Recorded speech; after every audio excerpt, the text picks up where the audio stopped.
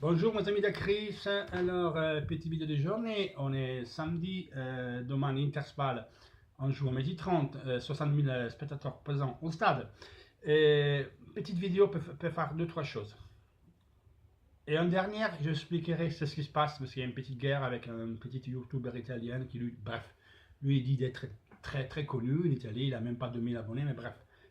Et tout le monde le connaît, patati patata, donc il vient nous casser les pieds, il nous met des dislikes, il fait des fakes, il fait des faux comptes, il nous vient dans les lives, il nous vient dans les commentaires, il nous met des dislikes, il, nous met, et, il change de compte tout le temps, 10, 12 dislikes comme ça, mais bon bref, on s'en fout.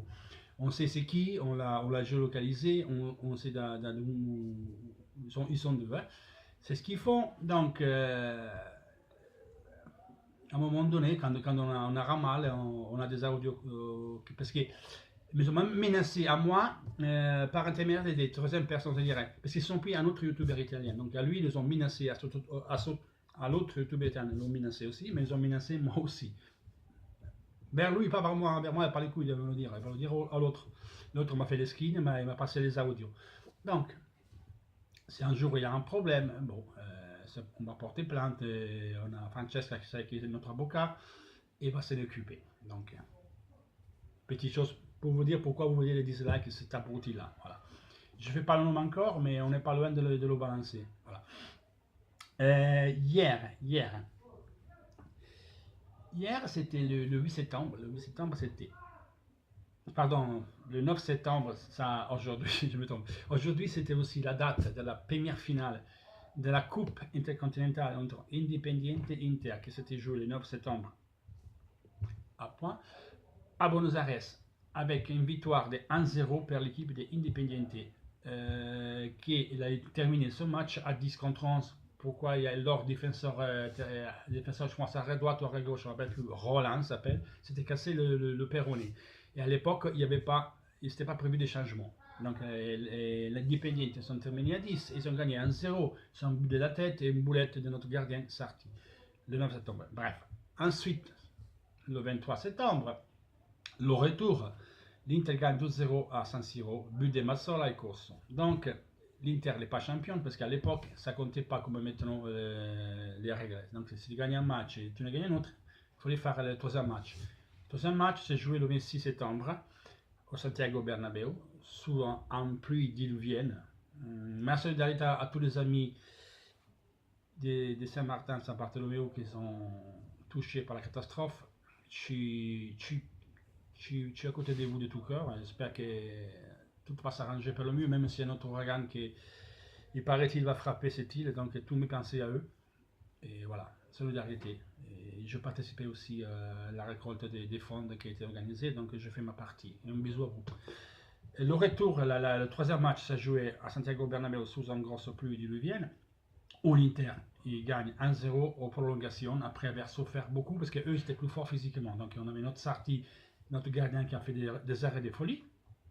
Et après nous, on jouait en contre, on avait une très belle défense.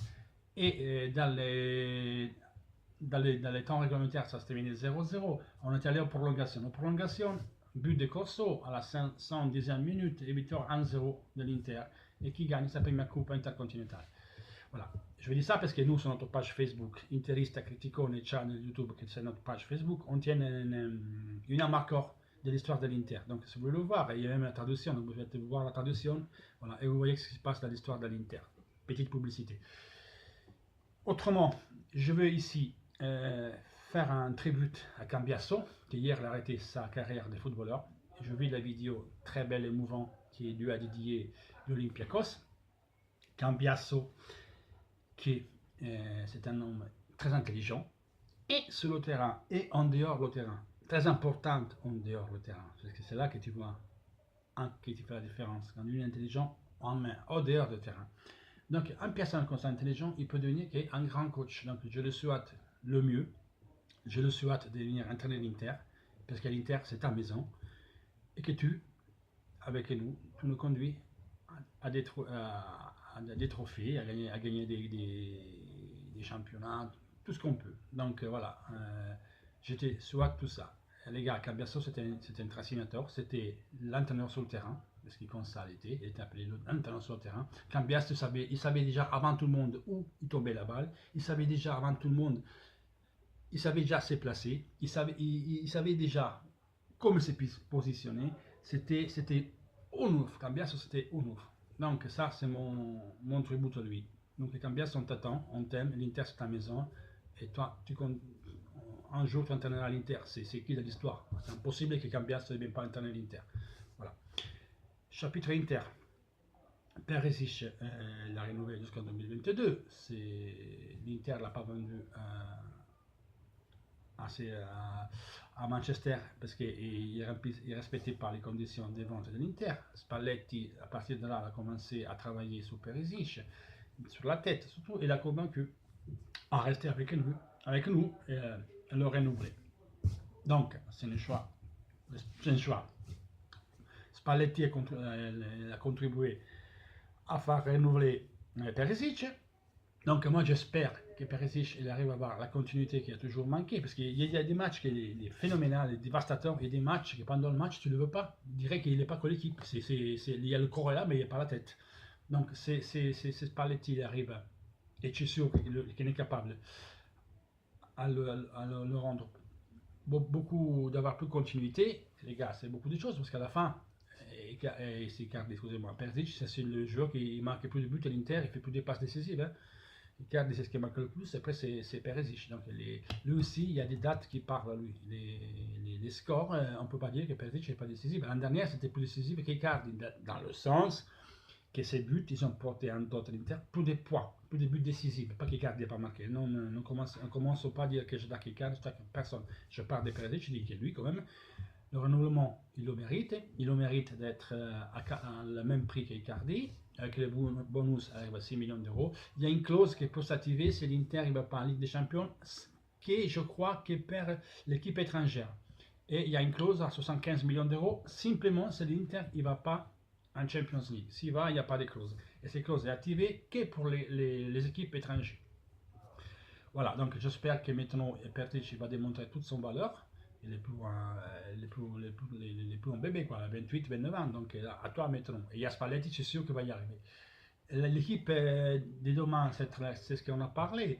Andanovic, D'Ambrosio, d'Albert qui débute, il commence d'entrer.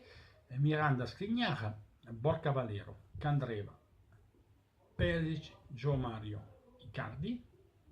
Et il y a le balotage entre Vecino et Gagliardini. On disait que Gagliardini était en avantage parce que Vecino a fait des voyages, il a joué 2 matchs, il a joué 180 minutes que l'Uruguay, il était un peu fatigué, il est rentré hier matin avec Icardi. Gagliardini, pas sélectionné dans la squadra azzurra, il est resté à Piano Gentile à s'entraîner, il s'est bien entraîné. Peut-être que c'est le cas que Spalletti le fait partir du début, ça pour motiver le joueur. Pour voir qu'il est derrière lui, et en plus c'est bien entraîné. On espère que Gagliardini nous montre un peu ses meilleurs moments, parce que là les derniers 4-5 mois c'était catastrophique, donc moi j'ai confiance dans le joueur et j'ai confiance en Spalletti. Quindi, ça c'est tout pour aujourd'hui. Je vous ai dit à demain. Demain certainement je ferai la vidéo pendant la fin du match, parce que le service de la cuisine sera terminé, donc vers 14h25, je me mets là et je fais la vidéo pendant le match. Comme ça, vous me verrez à chaud. Je ne sais pas encore si je fais la vidéo italien ou français, ou d'abord français après italien. Bon, je vais décider. Dites-moi vous dans les commentaires, vous voyez que je fais simplement en français, ou ça ne vous dérange pas que je fais italien et français. Comme vous voulez.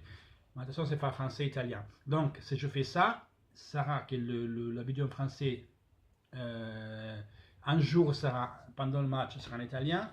La fois d'après sera en français. Par contre, si je fais la version show en italien, tout de suite après, je le fais tout de suite en français.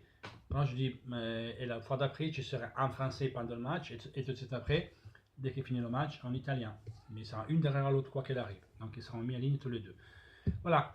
Pour aujourd'hui, c'est tout. Laissez votre commentaire. Merci pour me suivre. Merci pour le soutien que vous nous donnez. Merci pour être venu de la live. Quand on a fait une live comme ça, c'était même pas pour nous, on a fait pour rigoler, parce qu'en fait, on fêtait nos 3 ans des groupes Facebook. Et on a ces deux abrutis de youtubeurs qui vont nous casser les couilles, ben voilà. Pas grave, on s'en fout. Allez, c'est moi le maillot demain. Ciao les gars.